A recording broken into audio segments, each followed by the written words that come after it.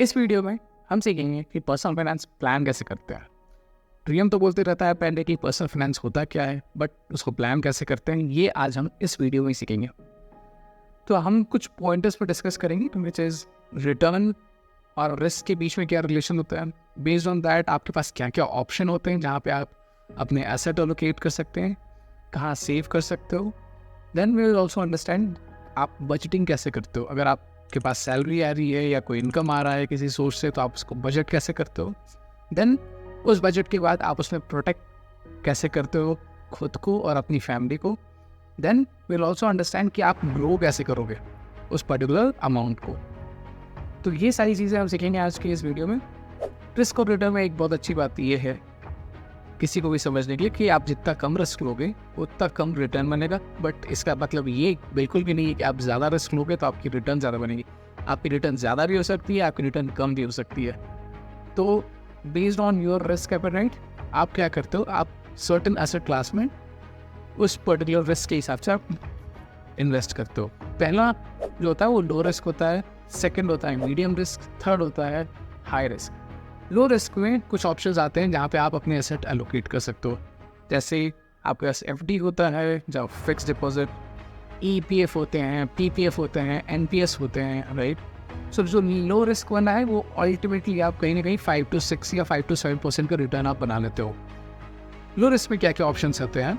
First is your fix deposit, जहाँ पे in your fix deposit वो एक बहुत ही सेफ ऑप्शन होता है जहाँ पे आप अपने कुछ सम अमाउंट या let's say lump sum amount को आप अपने फिक्स डिपॉजिट में डाल देते हो। आप अपने पेरेंट्स से या अपने फैमिली मेम्बर से ये ज़रूर सुना होगा कि मैं चलो आज चल के एफडी तोड़वा लेते हैं और वहाँ से we can get this money. Fix deposit में अराउंड 5 to 6% का रिटर्न बनता है। फिक्स डिपॉजिट हम क्यों यूज़ करेंगे, हम इसलिए यूज़ करेंगे जहाँ पे अभी हमें ज़रूरत पड़ेगी अपने मनी को प्रोटेक्ट करने की, वहाँ पे हम अपने पैसे को फिक्स डिपॉजिट में डालेंगे जो कि मार्केट लिंक नहीं है। वहाँ पे certain amount of returns, fix returns आपके पास आता रहेगा। सेकंड ऑप्शन जो आपके पास आता है एज अ कॉर्पोरेट एम्प्लॉय या फिर जब आप कहीं भी जॉब करो तो आपके पास ऑप्शन आता है ईपीएफ का, which is employ provident fund. ये बहुत ही अच्छा ऑप्शन है। अगर आप जॉब कर रहे हो, अगर आपके कंपनी में ऑप्शन है तो ज़रूर ऑप्ट इन करो 110%। इसमें आपकी सैलरी से ही कुछ अमाउंट डिडक्ट हो जाता है जिसके बेसिस पे आपको रिटर्न मिलता है।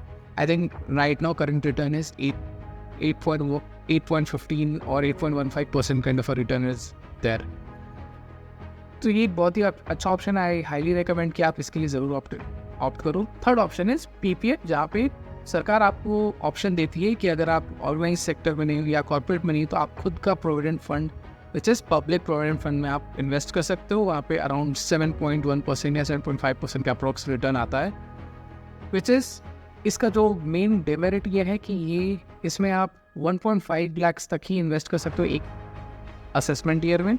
सेकंड डेमेरिट ये है कि आपका जो पैसा है वो 15 ईयर्स तक लॉक इन रहता है। अगर तो आप एनालाइज कर सकते हो कि आपके पास जितना सम अमाउंट है, अगर आपको वो रिसेंट 10 साल या 15 साल में यूज़ में नहीं है तभी आप इसमें इन्वेस्ट करो, क्योंकि ये जो पैसे आप जब भी इस पीपीएफ में डालोगे वो लॉक इन हो जाती है for 15 years. Next option is NPS. NPS is specifically retirement product जहाँ पे आप सर्टेन अमाउंट अपने एनपीएस में एज ए एसआईपी जमा करते हो और वो पर्टिकुलर अमाउंट जो होता है या सम अमाउंट जो होता है वो आपको 60 ईयर्स में मिलता है। यहाँ पे 60 ईयर्स में जो अमाउंट मिलता है 60% जो अमाउंट होता है टोटल कॉर्पस का वो आपको एज अ लमसम मिल जाता है। रेस्ट 40% जो होता है वो एज अ पेंशन आपको मिलते रहता है for rest of your life जितना भी आपका कॉर्पस है। Next option is gold. आपको गोल्ड की इन्वेस्टमेंट के लिए आपको डिजिटल गोल्ड बाय करना है विच इज़ एसजीपी जो आरबीआई इशू करती है। इसमें फ़ायदा ये होता है कि जैसे जैसे गोल्ड का प्राइस बढ़ता है वैसे वैसे आपकी इन्वेस्टमेंट की जो इंटरेस्ट है या रिटर्न है वो भी बढ़ता रहता है। Plus on top of it इसमें गवर्नमेंट आपको 2.5% का एक्स्ट्रा रिटर्न देती है। अगर आप इस एसजीपीज़ को 8 ईयर्स तक होल्ड करते हो तो वो टैक्स फ्री भी हो जाता है। सो विच इज़ वेरी गुड कि जहाँ पे आप अराउंड 8 to 10% का अप्रॉक्स रिटर्न बना लेते हो। Second category is where medium risk, जहाँ पे आपके पास जो फर्स्ट ऑप्शन आता है वो आता है रियल इस्टेट। रियल इस्टेट में इस कैटेगरी में आप उसके रेंटल से पैसे कमाते हो और जैसे जैसे प्रॉपर्टी की वैल्यू बढ़ती है उससे आप पैसे कमाते हो। But this requires a lot of investment जहाँ पे आपके 1 करोड़ 2 करोड़ तो मेट्रो सिटीज़ में कहीं नहीं गए। आपको 1 से 2 करोड़ रुपये आपको एक घर मिलता है, फिर आप उससे रेंटल इनकम पाते हो। But I would suggest other way around, जहाँ पे आपके पास REITs का ऑप्शन होता है, रियल इस्टेट इन्वेस्टमेंट ट्रस्ट। इसमें क्या होता है, ये डिफरेंट ब्रांड जो होते हैं, डिफरेंट बिल्डर्स जो होते हैं, वो अपनी REITs को लिस्ट करते हैं स्टॉक मार्केट में, और जैसे जैसे उनकी रेंटल इनकम बढ़ती है वैसे वैसे उस पर्टिकुलर स्टॉक का प्राइस ही बढ़ता है। ये 500 से 1000 रुपये के बीच में आ जाता है, which is a very good option, जहाँ पे आप उनकी स्टॉक खरीद सकते हो। जैसे जैसे उनकी रेंट की इनकम बढ़ेगी वैसे वैसे वो स्टॉक का प्राइस भी बढ़ेगा, which gives you around 8 to 10% का ईजिली रिटर्न। तो एक बहुत ही अच्छा ऑप्शन है जहाँ पे आप इतना ज़्यादा पैसा नहीं लगाते और आप वो कर लेते हो। रियल इस्टेट में एक इशू ये भी है कि प्रॉपर्टी को सेल करना आज के डेट में बहुत ही टफ है। तो अगर आप देख रहे हो कि प्रॉपर्टी सेल करके आप उससे पैसे कमाओगे, तो which is also very tough these days, जहाँ पे आपको सेल ऑफ करना itself a very big task. And इसकी कोई गारंटी नहीं होती कि उस पर्टिकुलर प्रॉपर्टी की जो रेट है वो इंक्रीज़ हो गई 8 to 10% से। कभी कभी ऐसा भी होता है जहाँ पे वो पर्टिकुलर प्रॉपर्टी की जो रेट है वो इंक्रीज़ ही नहीं हुई है, तो वहाँ पे आप लोग 0% का रिटर्न भी बनाते हैं। सेकंड ऑप्शन है कॉर्पोरेट बॉन्ड्स, जहाँ पे आप कंपनीज को लोन देते हो। फॉर एग्जांपल, अगर एक कंपनी आती है, उसको एक्सपेंशन करना है या नई फैक्ट्री लगानी है, कंपनी बोलती है मुझे अगर फैक्ट्री लगानी है या मुझे एक्सपेंशन करना है, तो वो रिटेल इन्वेस्टर्स के पास जाती है पैसे के लिए। तो वो एक क्या करती है, वो बॉन्ड इशू करती है, उस बॉन्ड के अगेंस्ट में आप कुछ पैसे डालते हो। फॉर एग्जाम्पल, अगर मुझे कंपनी ए का मुझे बॉन्ड खरीदना, तो मैं उस पर्टिकुलर बॉन्ड के लिए कुछ पैसे दूंगा और वो बॉन्ड मेरे पास आ जाएगा। बट इसमें रिस्क ये होता है कि कंपनी डूब सकती है, कंपनी के पास फंड नहीं है, कंपनी बैंकरप्ट हो गई, तो आपके पैसे भी डूब सकते हैं। तो इसमें ये बहुत बड़ा रिस्क है। बट इसमें रिस्क को कम करने के लिए हमारी क्रेडिट एजेंसीज है जो इंडिया में वर्क करती हैं, जो हर एक बॉन्ड को क्रेडिट रेटिंग देती हैं। एक पर्टिकुलर बॉन्ड कितना रिलायबल है, कितना अच्छा है, उसको रेटिंग देती है। जो AAA बॉन्ड होते हैं वो बेस्ट होते हैं। आई वुड सजेस्ट कि अगर आप बॉन्ड्स खरीद रहे हो, कॉर्पोरेट बॉन्ड्स, तो AAA रेटिंग वाली ही बॉन्ड्स तक जाए। उसके नीचे आई वुड सजेस्ट कि AA तक आप जा सकते हो, but I would not recommend कि उसके नीचे आप कभी जाओ, कि AA, B and all of these rating के आप वो सस्ते मिलते हैं, but I would not recommend कि आप उसमें इन्वेस्ट करो। कभी कभी पैसे लोगों के डूब जाते हैं। Next option is equity market, जहाँ पे आपके पास दो ऑप्शन है। फर्स्ट इज आप या तो डायरेक्ट म्यूचुअल फंड्स खरीद सकते हो, जहाँ पे आपके पास पोर्टफोलियो ऑफ स्टॉक्स है, मल्टीपल स्टॉक्स होते हैं, आपका एक फंड मैनेजर होता है, वहाँ पे वो पर्टिकुलर फंड को मैनेज करता है। इसमें आपको 3 कैटेगरी के म्यूचुअल फंड्स लेने हैं। First is your large cap, second is your mid cap, third is your small cap. तो हाई रिस्क, मीडियम रिस्क और लो रिस्क टाइप का आप एक फंड बना सकते हो, जहाँ पे आपको स्मॉल कैप में हाई रिस्क मिलेगा, जहाँ पे आप एक्सपोज हो गए थोड़े हाई रिटर्न्स के लिए भी, और लार्ज कैप आपके पोर्टफोलियो को बैलेंस भी करेगा। सेकंड ऑप्शन है जहाँ पे आप इक्विटी मार्केट में डायरेक्ट स्टॉक्स खरीदते हो। अगर आप जानते हो स्टॉक्स को अच्छे से एनालाइज करना, उसके बैलेंस शीट को पढ़ना, और वो उतने सारा आपके पास अगर टाइम है एनालिसिस करके अच्छे स्टॉक्स पिक करना आपको आता है, तो ऑब्वियसली आप जा सकते हो डायरेक्ट स्टॉक्स खरीदने भी। मैं क्या करता हूँ कि मैं डायरेक्टली कुछ अच्छे कंपनीज हैं, मैं उनके स्टॉक्स खरीद लेता हूँ और उसमें मैं SIP करते रहता हूँ, क्योंकि आई नो कि these companies over the period of the time अच्छा परफॉर्म करते ही हैं। I don't go for penny stocks and all, जहाँ पे मुझे आइडिया भी नहीं और मैं इतना एक्सपर्ट भी नहीं हूँ कि मैं पेनी स्टॉक्स को पिक कर पाऊँ। आई वुड सजेस्ट और अदर आई वुड रिकमेंड कि म्यूचुअल फंड में आप इन्वेस्ट करो, जहाँ पे फंड मैनेजर आपका फंड मैनेज करता है, और उसमें SIP करो, which is the best way to do investment in equity market. यहाँ पे एक सर्टेन टाइम पीरियड पे आपका ऑटोमेटिकली डिडक्ट होता रहता है मनी आपके बैंक अकाउंट से। वो एक डिसिप्लिन लाता है आपके लाइफ में, जिससे कि आप लॉन्ग टर्म इन्वेस्टमेंट की ओर बढ़ सकते हो। Overall if you see in medium risk, आप 12 to 18% का रिटर्न आराम से बना लेते हो। Then comes the next category which is high risk, जहाँ पे आप ट्रेडिंग करते हो। Why it is a high risk? Because trading में क्या होता है कि आप एक स्टॉक को होल्ड नहीं करते हो, आप उस स्टॉक पे बेट करते हो कि उसकी प्राइस ऊपर जाएगी या नीचे जाएगी at in the same day. उस पर्टिकुलर डे पे ही आप बाई भी करते हो और सेल भी कर देते हो। तो वहाँ पे आप या तो अच्छा रिटर्न बना लेते हो या तो फिर आपके पैसे डूब जाते हैं। तो this is a very high risk option. And the next option is crypto currencies. अगर आपको समझ में आता है कि क्रिप्टो करेंसी कैसे वर्क करता है, उसके पीछे की टेक्नोलॉजी क्या है, कैसे प्राइस ऊपर बढ़ती है, कैसे नीचे जाती है, तो ऑब्वियसली आप क्रिप्टो करेंसी का भी थोड़ा सा एक्सपोजर ले सकते हो। आई वुड नॉट रिकमेंड कि 5% of your total portfolio should contain crypto currency. कि जो मुझे 3 टाइप के क्रिप्टो करेंसी समझ में आता है, मैं उन्हीं में इन्वेस्ट करता हूँ। आप अपनी खुद की रिसर्च करिए कैसे करना है, ये बिल्कुल भी रिकमेंडेशन नहीं है, ना ही कोई एडवाइजरी है। आप खुद की रिसर्च करिए और तब आप इन्वेस्ट करिए। जो मुझे समझ में आता है वो है बिटकॉइन, इथेरियम या सोलाना।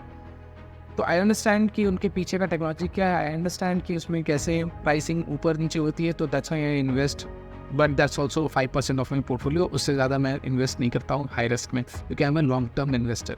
तो हाई रिस्क में जो आपकी रिटर्न बनती है वो या तो वो ज़ीरो बनती है, नहीं तो फिर आप उस रिटर्न को एक्सपोनेंशियली बढ़ा सकते हो 50% तक। तो ये हाई रिस्क के साथ हाई रिटर्न गारंटीड नहीं है। This is the underlining principle here.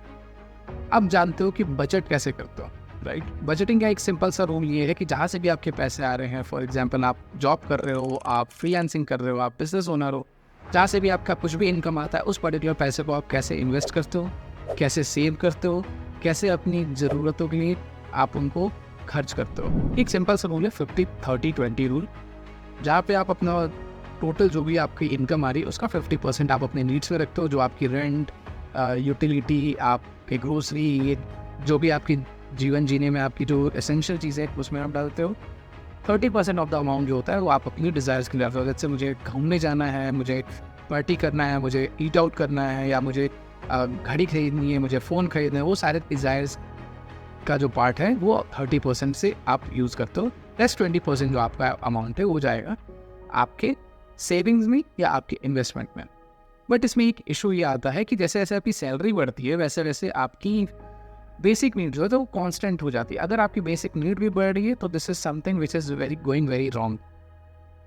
तो जो आपकी बेसिक नीड्स है वो एक टाइम पे आके कांस्टेंट हो जाती है, तो आप क्या करोगे कि आपकी जितनी भी मंथली इनकम या लेट्स से ईयरली आपकी जो इंक्रीमेंट हो रही है उसको आप रिवर्स कर दोगे स्प्लिट में। जैसे हम 50-30-20 कर रहे थे, अब हम क्या करेंगे, जो 20% है वो आप बेसिक नीड्स में डालोगे, 30% है जो इंक्रीमेंट हुआ है वो अमाउंट को आप डिज़ायर में रहने दोगे, और रेस्ट 50% आप सेविंग्स में डालोगे, राइट? तो इससे क्या होगा, एक over the period of the time आपकी जो पोर्टफोलियो है वो बैलेंस हो जाएगी, आपका बेसिक नीड्स स्टेबल हो जाएगा, आपकी जो सेविंग्स है वो बढ़ती जाएगी, आपकी जो डिज़ायर्स हैं वो भी आप फुलफिल करते पाओ। इससे क्या बेनिफिट होता है कि आप आज के लिए तो जी रहे हो, और आप जो फ्यूचर में देख रहे हो, जैसे आपको कहीं जाना है या कुछ भी करना है, आपको इन्जॉय करना है, राइट? क्योंकि हम पैसे कमाते हैं इन्जॉय करने के, तो वो सारी चीज़ें आप एक साथ कर पाओगे। This is I am telling you with a very very very very vast experience, कि अभी तक मैंने जो किया है मैंने इसको ही फॉलो किया है, जिसकी वजह से मैं आज भी अच्छे से जी पा रहा हूँ, और नेक्स्ट 10 ईयर्स 50 ईयर्स में जो भी मुझे करना है वो ऑटोमेटिकली प्लान्ड है इसके वजह से। Next which is very important for you as well as for your family, which is the protection में आपको क्या करना है, हेल्थ इंश्योरेंस लेना है, लाइफ इंश्योरेंस लेना है, एंड आपको खुद की इमरजेंसी फंड बिल्ड करनी है। Why all of this? क्योंकि खुदा न खास्ता अगर कुछ भी होता है तो आपकी फैमिली प्रोटेक्ट होनी चाहिए। आपकी जॉब जाती है या ले ऑफ होता है या कोई भी मार्केट कंडीशन ख़राब होती है तो उसके लिए आपके पास इमरजेंसी फंड होना चाहिए। इमरजेंसी फंड को कैसे स्प्लिट करना है? 70% वो एफडी में जाएगा, क्योंकि इस पर मुझे कोई भी इंटरेस्ट नहीं कमाना है, मुझे सिर्फ और सिर्फ इस पर्टिकुलर अमाउंट को प्रोटेक्ट करना है, विच इज़ मैं इसलिए इसको एफडी में 70% डालूंगा, 20% ऑफ द अमाउंट में इसको बैंक अकाउंट में रखूँगा, 10% में कैश में रखूँगा। तो this is how you split your complete protection plan. The best part of this video is जहाँ पे आप अपने पैसे को ग्रो करते हो। हम ये सीखेंगे कि हमें पैसे को ग्रो कैसे करना है। आप based on your risk appetite, सबका रिस्क एपेटाइट अलग होता है, कोई 20s में है, कोई 30s में है, कोई 40s में है, तो based on your risk appetite हम कैसे अपने पैसे को ग्रो करेंगे वो हम इस पर्टिकुलर सेक्शन में सीखेंगे। क्योंकि आप अभी लेट्स से 20s में स्टार्ट करो तो अभी आपको अपने पैसे को ग्रो करने पर ध्यान रखना है, आपको रिस्क थोड़ा ज़्यादा लेना है। क्यों रिस्क लेना है? क्योंकि आपके पास टाइम पीरियड बहुत लंबा है।